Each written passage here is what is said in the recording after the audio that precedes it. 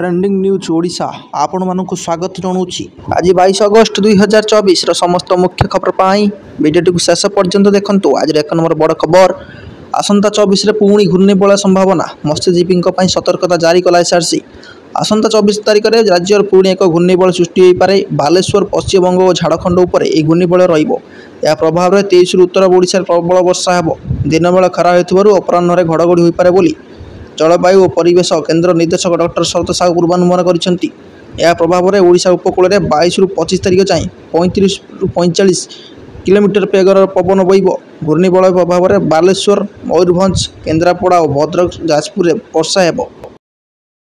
परवर्ती मुख्य खबर एप्रिल स्पेस स्टेशन जीवे भारतीय अमेरिकार नेउछंती तालीम। आसंता वर्ष एप्रिल सुधा जड़े भारतीय महाकाशचारी अंतर्जातीय महाकाश केन्द्र को जीवे।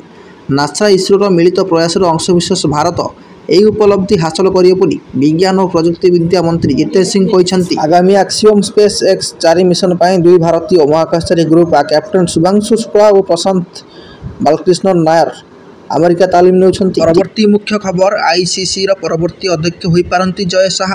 अंतर्जातीय क्रिकेट परिषद बा आईसीसी परवर्ती अध्यक्ष हो पारंती जय शाह। वर्तमान ग्रेग बार्किल अध्यक्ष थिबा बेले तांकर कार्यकाल नवेम्बर 30 सेवा को जाउछि। मंगलवार द्वितीय थर यही पदर दौड़ू से ओहरी बोली घोषणा करिसेंती। या परे बीसीसीआई साधारण संपादक जय शाह भविष्य को नहीं कल्पना जल्पना आरंभ होइछि। प्रति मुख्य खबर एयर इंडिया विमान को बोमा धमक। थिरुवनंतपुरम विमान बंदर में जरूरीकालीन अवतरण। मुंबई थिरुवनंतपुरम एयर इंडिया विमान को बोमा धमक नहीं पायलट सूचना पर विमान में बोमा आतंक। थिरुवनंतपुरम विमान बंदर में इमरजेंसी घोषणा। आइसोलेशन स्थान में विमान को रखी यात्री को करागला स्थानांतर। यही घटना को नहीं केरल राजधानी थिरुवनंतपुरम स्थित विमान बंदर में उत्तेजना देखा देइछि। परवर्ती मुख्य खबर आईएएस स्तर में बड़ धरणर अदल बदल। सत्यव्रत साहू को गृह विभाग अतिरिक्त मुख्य शासन सचिव दायित्व।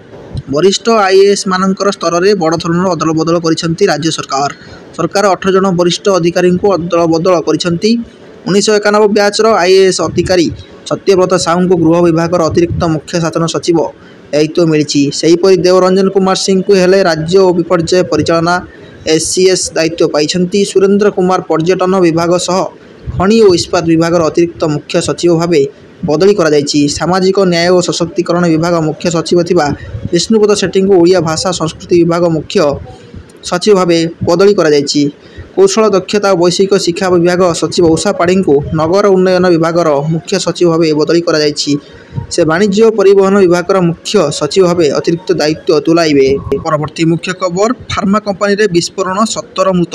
आंध्र प्रदेश अनाकापल्ली स्वतंत्र अर्थनैतिक जोन ने थिबा एसांटिया फार्म कंपानी रे प्रचंड विस्फोरण होई 17 जनकर मृत्यु होईछि एवं 40 रु अधिक आहत होइछंती। आज अपराह्न 2टा समय यह दुर्घटना होईछि। आहत मानू अनाकापल्ली एनटीआर हॉस्पिटल एवं घरोई हॉस्पिटल नहीं चिकित्सा कर जाउछि। पुलिस एवं अग्निनिर्वापक दल सह घटनास्थल में इमरजेंसी टीम मुतयन होईछि। मुख्यमंत्री चंद्रबाबू नायडू ए दुर्घटना नहीं गभीर शोक प्रकाश करने सह पीड़ित परिवार को समवेदना जणाइछंती। परवर्ती मुख्य खबर राज्य में 2265 डेंगू रोगी। राज्य में बढ़ी चली डेंगू विशेषकर सुंदरगढ़ खोर्धा कटक आदि जिले में रोगी संख्या अधिक रही जारी रही डेंगू रोगी संख्या वृद्धि पाइबा आशंका रही। डेंगू प्रादुर्भाव आसंता अक्टोबर शेष पर्यंत रहिबो एवं पर स्थिति नियंत्रण को आसियो बोली स्वास्थ्य विशेषज्ञ सूचना दैछंती। डेंगू मुकाबला निमंते जो सब निर्देश दि जाइछि ताहाकु पालन करने स्वास्थ्य विभाग पक्षर परामर्श दि जाइछि। राज्यर जनवरी 1 रु एपर्यंत मोट 2265 डेंगू रोगी चिन्हट होइछंती। परवर्ती मुख्य खबर जातीय सेवा योजना सम्मिलनी। रमादेवी महिला विश्वविद्यालय जातीय सेवा योजना एनएसएस सम्मिलनी हो जाइछि। कुलपति अपराजित चौधरी निर्देश क्रमे अनुष्ठित कार्यक्रम में राष्ट्रीय सेवा योजना आंचलिक कार्यक्रम युव अधिकारी अजित खुमस्वा जोगदे एनएसएस कार्य को महाविद्यालय स्तर में सठिक भाव में उपयोग करने परामर्श देते। परवर्ती मुख्य खबर पोलैंड गस्तर प्रधानमंत्री नरेंद्र मोदी बुधवार ठारू 2 दिनिया पोलैंड गस्त करिसेंती। दीर्घ 45 वर्ष पर भारतर प्रधानमंत्री यह पोलैंड गस्त।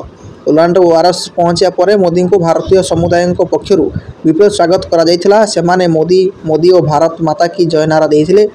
विमान बंदर में मोदी को पोलैंड उपवैदेशिक मंत्री स्वागत करते।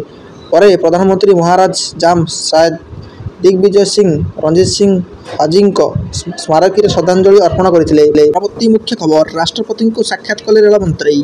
ଓଡ଼ିଶାର 6ଟି ନୂତନ ରେଳ ପ୍ରକଳ୍ପକୁ କେନ୍ଦ୍ର ସରକାର ମଞ୍ଜୁରୀ ଦେଇଛନ୍ତି। କେନ୍ଦ୍ର ରେଳ ମନ୍ତ୍ରୀ ଅଶ୍ୱିନୀ ବୈଷ୍ଣବ ଏହି ପ୍ରକଳ୍ପଗୁଡ଼ିକ ସମ୍ପର୍କରେ ଗତକାଲି ରାଷ୍ଟ୍ରପତି ଦ୍ରୌପଦୀ ମୁର୍ମୁଙ୍କ ସାକ୍ଷାତ କରି ଅବଗତ କରାଇଛନ୍ତି। ମନ୍ତ୍ରୀ କହିଛନ୍ତି, ଏସବୁ ପ୍ରକଳ୍ପ ଓଡ଼ିଶାରେ ଗମନାଗମନ ସଂଯୋଗରେ ବୈପ୍ଳବିକ ପରିବର୍ତ୍ତନ ଆଣିବ। ପୂର୍ବରୁ ସଂଯୋଗ ହୋଇ ନଥିବା ଅଞ୍ଚଳଗୁଡ଼ିକ ରେଳ ସଂଯୋଗ ଦ୍ୱାରା ପରିବହନ ନେଟୱାର୍କ ସୁଗମ ହେବ। ଶିଳ୍ପ ଅଭିବୃଦ୍ଧି ପାଇଁ ମଧ୍ୟ ଅନୁକୂଳ ପରିବେଶ ସୃଷ୍ଟି ହେବ। ଏହିପରି ସମସ୍ତ ବଡ଼ ଖବର ଜାଣି ଆଗରେ ରହିବା ପାଇଁ ଚ୍ୟାନେଲଟିକୁ ସବସ୍କ୍ରାଇବ୍ କରିନିଅନ୍ତୁ।